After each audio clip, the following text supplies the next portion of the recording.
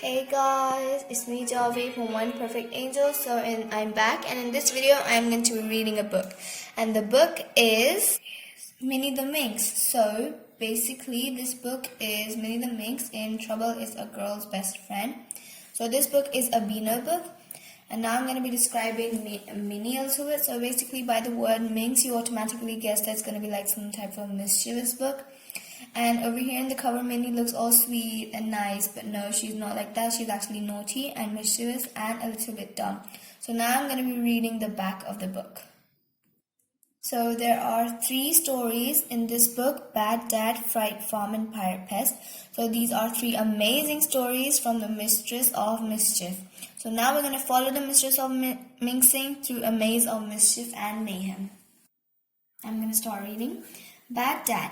Minnie kicked the garden gate open and stomped up the path. "Temper, temper," said Mom as she opened the front door. "I'm bored," said Minnie with a scowl. "I'm bored and skint as usual."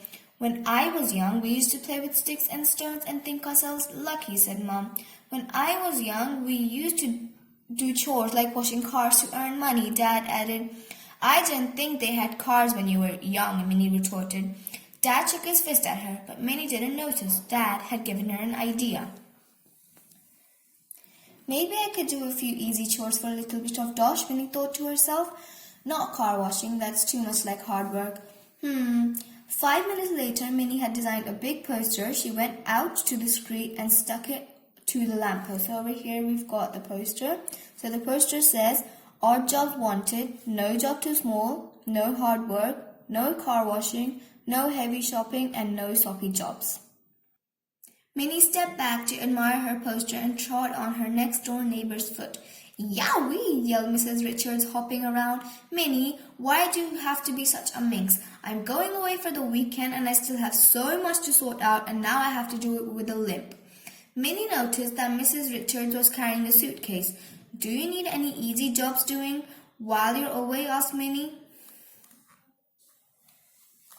She pointed at the poster. "Well," said Mrs. Richards, "I have been worrying about my darling plants. I would like someone to water them while I'm away." Said Minnie. "Watering plants doesn't sound like hard work." "Oh no," said Mrs. Richards. "Just a little bit of water will do." Mrs. Richards gave Minnie her spare house key. "Not too much water, remember," she said. "Just a few drops every day." She waved goodbye and drove off. A smile spread slowly over Minnie's face. "Easy dosh," she grinned. "How hard can it be to water a few plants?"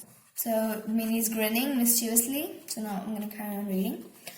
After Mrs. Richards left, Minnie had a brainwave. "What's the point of going back every day when I could give the whole plants enough water for the whole week at once?" she thought. "That will give me more time for minxing." Minnie let herself into Mrs. Richards' house. As she opened the door, she noticed a hose coiled up by the back door. Said Minnie, "I'm having another brainwave." Minnie picked up the hose and attached it to the kitchen tap. "Another time saver," she grinned. "This will be much faster than filling a stupid watering can every 2 minutes." First, Minnie went to the sitting room. Plants were everywhere. There were weeping figs on the windowsill and busy lizzies on the bookcase. There were spider plants on the shelves and cacti on the coffee table. "Mad," muttered Minnie. She turned on the hose and squirted water into the plants' pot, filling them right up to make sure they had enough. It only took a few minutes to water all the plants in the sitting room. "Easy job," Minnie smirked. She turned off the hose and walked upstairs, pulling the hose behind her. So over here you can see the plants are scattered all inside Mrs. Richards' living room.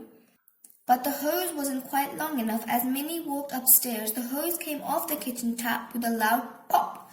Upstairs, Minnie found even more plants. There were begonias in the bedroom and lilies on the landing. Minnie turned on the hose, but there was only a dribble of water. "Come on," ordered Minnie, shaking the hose. But no water came out. "Work!" Minnie raged, stamping on the hose. It was no good. There was no water. Rubbish thing," huffed Minnie, stamping downstairs.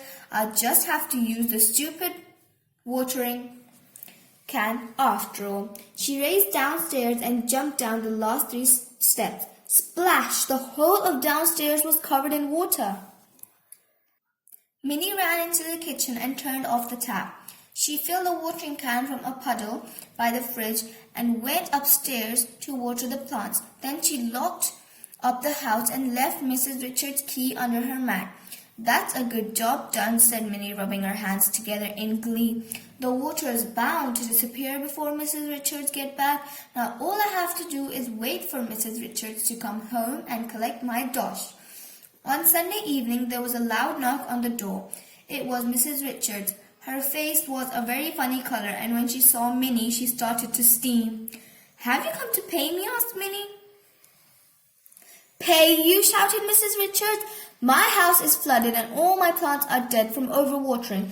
You're gonna pay me. What's all this about?" asked Dad. "Huh," said Minnie, "you had too many plants anyway." Dad sighed and pulled out his checkbook as Minnie raced out of the house. Outside, Minnie bumped into Soppy Susan, who had a small poodle on a lead. "Get out of my way," growled Minnie. "Leave me alone," said Susan. "I'm walking my uncle's dog and we're going to the park." Susan skipped off and Minnie stared after her. "Dog walking," she said. "There are loads of people with big fat pets who need exercise. But I'm not going to walk just one dog. I'm going to walk more dogs than anyone else." Minnie quickly stuck up a sign. "Dog walking £1, I'll get your pampered pooch fit." Soon Minnie had 23 customers and they all paid her and handed over their dogs. "Come back here in 1 hour to collect them," said Minnie.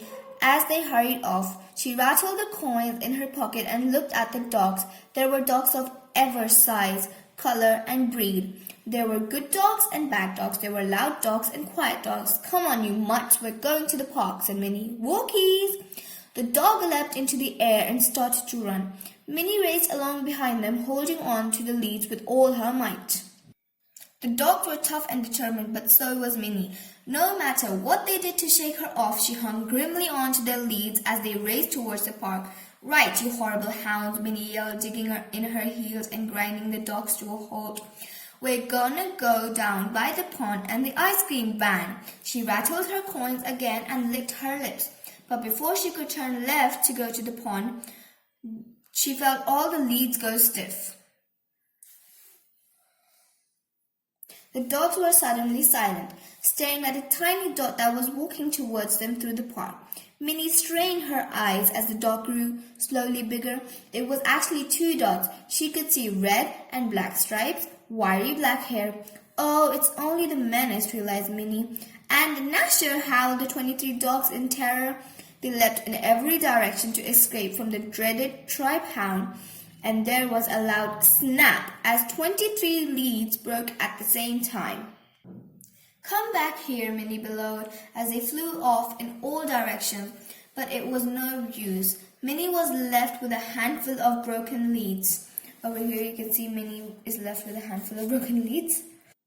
Minnie spent all afternoon combing the park for dogs, while Dennis and Nasher chortled at her, but she only managed to find a small Pekingese. "I'll get you back for this," Minnie growled. She raced out of the park and past her dog walking sign where the owners were waiting for her. "Hey, come back here," they yelled. "Bring back our dog." Minnie threw the pound coins and the Pekingese at them and zoomed through Beanotown through her garden gate into her house under the sofa in the sitting room. "What was that?" asked Dad, who had seen only a blur. The doorbell rang and Mum went to answer it. Minnie heard the voices of 23 angry dog owners. "She's not here," said Mum, knowing that Minnie was squashed under her best flowery sofa. "Now clear off." Mum walked into the sitting room. "Who was that at the door?" asked Dad. "Oh, something to do with Minnie," said Mum. "Never mind that. I've got something to ask you. It's your birthday tomorrow and you still haven't told me what you want." Dad gave a loud sigh. "Just the usual," he said. "Oh no," muttered Minnie. "I totally forgot it was Dad's birthday. And I haven't got any dosh. I can't afford to buy him his usual socks. I don't want a present," sighed Dad, who was feeling very sorry for himself. "I'm getting old. If only I could be a kid again just for a day." "Well, I think you are going to have to settle for an aftershave," said Mum. Said Minnie. "I think I'm getting another brilliant idea." In the morning, Minnie found Dad slumped sadly over a large bowl of porridge. He had 2 presents next to him on the kitchen table, a pink tie from Mom and a sink plunger from Uncle Algy. "Happy birthday," said Dad. Dad just grunted. "I haven't got you socks this year," said Minnie. "I've got you something really different instead." Dad began to feel slightly worried. "It's not another sink plunger, is it?" "No," grinned Minnie. "It's a whole day of being a kid again." A small smile crept onto Dad's face. Mum put her hands on her hips. "What about work?" She asked. "He's bunking off," said Minnie, grabbing Dad's hand and pulling him out of the back door before Mum could stop them. "So what's first?" asked Dad. I'm a bit rusty at being a kid." "First, every kid has to know how to fire a catapult," said Minnie. She whipped her best catapult from under her beret and handed it to Dad. Then she filled up some water bombs from the garden tap. "Kid lesson number 1, said Minnie. "Fire a water bomb over a fence into the next door's garden and hit the big apple tree." Dad took careful aim and fired the first water bomb. Splat! It hit the fence. "Try again," Minnie giggled. Dad took aim a second time. Splat! He hit Chester. "Screech!" yowled Chester. "Sorry, Chester," called Dad, but Minnie clapped her hands over his mouth. "Never apologize," she growled. "Try again." Dad took aim at his third water bomb. He screwed up his face, stuck out his tongue to help him concentrate, and splat! Dad's water bomb exploded on Mum's head as she was pegging out the washing. "Excellent shot," hooted Minnie. "My new perm is ruined," shrieked Mum, marching towards them. "Scarper, Dad," Minnie yelled. They raced out of the garden and down the road. "What's next?" puffed Dad. "Target practice," said Minnie, and she pulled out her pea shooter from under her beret and handed it to Dad. Then she set up a row of old tin cans along their neighbor's fence. "All you have to do is shoot the tin cans off the fence," said Minnie. "Piece of cake." Dad nervously put the pea shooter to his mouth. He aimed at the cans, crossed his fingers, and blew. Rat-a-tat-a-rat-a-tat. The pellets flew past the tin cans into the neighbor's garden and peppered the dog kennel like hail. The dog was startled out of a very happy dream about chasing Chester. He sprang to his feet and saw Dad. Dad," said Minnie. "I know," said Dad. "Scarper!" He raced off down the street as fast as he could, and the dog leapt after him while Minnie doubled up with laughter. "That's the most exercise Dad's had in years," she chortled. The dog chased Dad around Beanotown 3 times until a sausage delivery at the butcher's distracted him. Dad staggered back home, panting with sweat pouring down his face. Minnie was waiting for him in the garden. "What kept you?" she asked. "I need a rest," gasped Dad. "No time for resting when you're a kid," said Minnie firmly. "You've got to be up and at 'em." "Come on." Minnie showed Dad what she had made for him. She had attached all the wheeled toys she could find to the back of her bike. "It's a moving target," she explained. "A modern kid's got to be able to hit a moving target with a water pistol." She handed him her best water pistol and hopped onto her bike. "I'm going to drag these targets along and you need to hit them all," she said. "Ready?" "No," groaned Dad, wiping his forehead. Minnie started to pedal. She whizzed around the garden, dragging the convoy of toys behind her. And Dad fired the water pistol at the targets. He missed the tricycle and the hobby horse, and then he gave a yell of triumph. "Shot!" he bellowed. "What did you hit?" asked Minnie. "The toy policeman," cheered Dad, punching the air. "But there isn't a toy policeman," said Minnie, confused. And then, just then, the purple face of Sergeant Slipper appeared over the garden fence, without his cap. "Uh-oh," chortled Minnie, slipping into the bushes. "Do you know that it's a crime to knock off a policeman's hat?" roared Sergeant Slipper. "I'm not apologizing," said Dad, remembering what Minnie had told him. "Is that so?" asked Sergeant Slipper. "In that case, you can come down to the station and explain yourself." Dad marched down to the station, and Minnie rolled around rolled around the garden in fits of laughter, clutching her stomach. So in this picture you can see that he is getting yelled at by a surgeon slipper and he's saying, "I won't say sorry," and Minnie's running away. "Where's Dad?" asked Mum, wondering about what all the noise was about. "He didn't have time to learn the last lesson of being a kid," chortled Minnie. "Never stand still when Surgeon Slipper's heading your way." Minnie was just scoffing the last few crumbs of Dad's birthday cake when he came home. She hid the empty cake plate behind her back, but Dad gave her a huge smile. "That's okay, Minnie," he said. "You deserve a treat after the wonderful present you gave me." Minnie frowned. What was Dad up to? "What do you mean?" she asked suspiciously. Dad casually locked the back door. "You gave me the best birthday present ever," he told her. "I was feeling so sad about my birthday, wishing I was still a kid, but you changed that all." He took a step toward her. "You made me realize that there are a lot of advantages of being a dad." "That's great," said Minnie, edging around a kitchen table. "I can drive a car." He took another step towards her. "I don't have to go to school." He took a third step in her direction. "But best of all," he grabbed her by the collar, "I can send you to your room." Minnie was propelled upstairs in rage, and Mum gave a snort of laughter. "Minnie may be a minx," she chuckled, "but today you've been a thoroughly bad dad." So over here, Minnie's running over to her room and his dad is pushing her.